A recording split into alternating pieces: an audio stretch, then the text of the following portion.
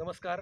आपण आज किरण कंपनीच्या माध्यमातून आज खेड परिसरामध्ये दावडी या पट्ट्यामध्ये आहोत. तर आज या ठिकाणी या आल्याच्या प्लॉटला 8 दिवसापूर्वी आम्ही किरण कंपनीची ओनिटॉन आणि रॅपिडॉन आणि लॅमिऑन स्टिकॉन पाण्यातून दिले होते. तर त्या पिकामध्ये झालेला बदल हा पाहूयात.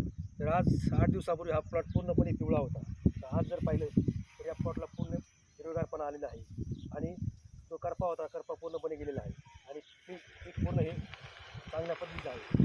त्याच्यामध्ये झालेला बदल आहे आणि 100% माती